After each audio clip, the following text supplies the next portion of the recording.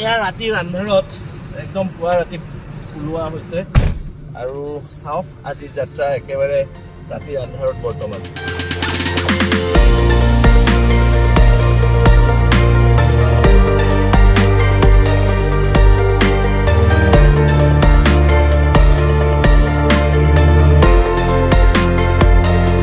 ৰাতিপুৱা 6 বজাৰ লগে লগে ওলাইছো আৰু বৰ্তমান আমি মাজুলীত আছো। দেখিছে মাজুলীৰ পৰিৱেশ একেবাৰে শান্ত, সত্ৰ নগৰী আৰু এই পবিত্ৰ স্থানত বৰ্তমান আমি মেজিকেল প্ৰেডিকশ্যনৰ বাবে আৰম্ভ কৰিছো।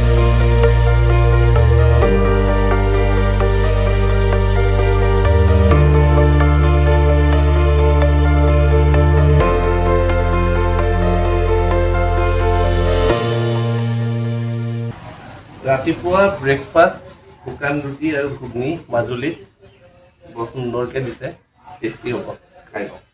ৰাতিপুৱা ওলাইছোঁ ফুলনিলৈ, মাজুলীৰ সুন্দৰ ঠাই এডোখৰ, আৰু আজি আমি মাজুলী ভ্ৰমণ কৰিম, মাজুলীৰ বিভিন্ন ঠাইলৈ যাম। আৰু ইয়াতে এটা কথা চাব গ'লে ইয়াতে যিহেতুকে সৰ্বানন্দ সোণোৱাল ডাঙৰীয়ায়ো জয়যুক্ত হৈছে, বিজেপিৰ এটা ভাল হোল্ড আছে, সেয়েহে ইয়াতে আমি সমীক্ষাত বহু বেছি সময় নালাগে, আমি আধা বেলা ইয়াতে সময় কটাই, যিহেতুকে ৰাতিটো নিশাটো আমি মাজুলীতে কটালোঁ। ৰাতিপুৱা 6 বজাৰ পৰা ওলাইছোঁ। ইতিমধ্যে পূৰ্বৰ বিধায়ক ডাঙৰীয়া ভুৱনগাম ডাঙৰীয়া, তেখেতকো আমি লগ পালোঁ আৰু স্থিতি খুব ভাল বুলি তেখেতে জনালে, বিজেপিৰ পক্ষত আছে বুলি জনাইছে। আগৰবাৰতকৈ মাৰ্জিন হয়তো অলপ বাঢ়িব পাৰে, সেনেকুৱা আহিছে। তাৰে অলপমান সমীক্ষা কৰি সুন্দৰ ঠাই, আৰু ইয়াৰ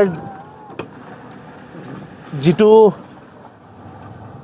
মানে বতাহৰ যিটো মাত্ৰা, বতাহত যিটো অক্সিজেনৰ মাত্ৰা আৰু যিটো পিউৰিটি, সেইটো ইয়াত থাকিলেহে গম পাব। সেইটো এনেকুৱা নেচাৰেল, যেতিয়াই মাজুলীত আহোঁ অলপ নেচাৰেল যিটো বতাহ লৈ যদি অলপ সময় থাকিব পাৰোঁ ভাল লাগে, কিন্তু সময়ৰ নাটনি, অতি কম সময়ৰ ভিতৰত বাকীবোৰ সমষ্টিও ঘূৰিবলগীয়া আছে, সেয়েহে বাকীবোৰ সমষ্টিলৈ ওলাম, অলপমান সময় মাজুলীত কটাম।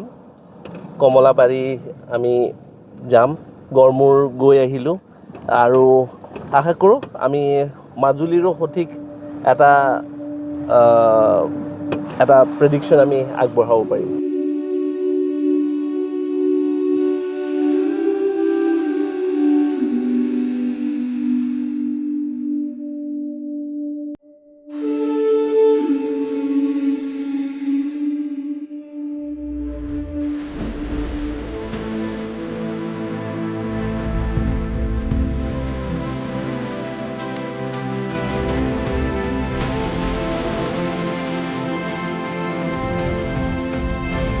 ৰাস্তাৰ দুই কাষে বিশাল পথাৰ আৰু কিনকিনীয়া বৰষুণ আৰু এটা মৃদু বতাহ, এটা সুন্দৰ বতাহ বলি আছে।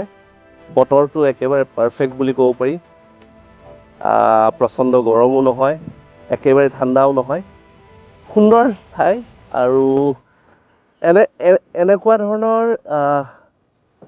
দৃশ্য সাধাৰণতে আমি যিহেতুকে গুৱাহাটীত থাকোঁ, আৰু গুৱাহাটীৰ সেই যান্ত্ৰিক ধামখুমীয়াৰ মাজত সাধাৰণতে পোৱা নাযায়, খুব মিছ কৰা যায়।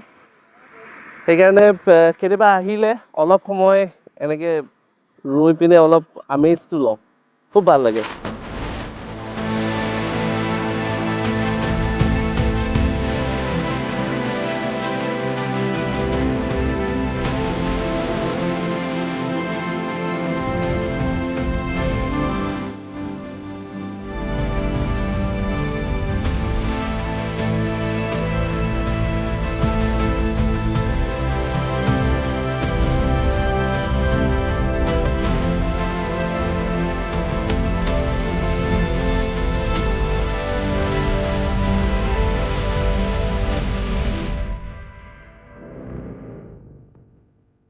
তেতিয়া এনেকুৱা ধৰণৰ ৰাস্তা নাছিলে, আমি যাবলৈ বৰ টাইম লাগে। এটা সমষ্টি আমি শেষ কৰিবলৈ বহুখিনি টাইম লাগে, কিন্তু আমাৰ সেই টাইমখিনি এতিয়া কাট শ্বৰ্ট হৈ বহুখিনি কমি গৈছে।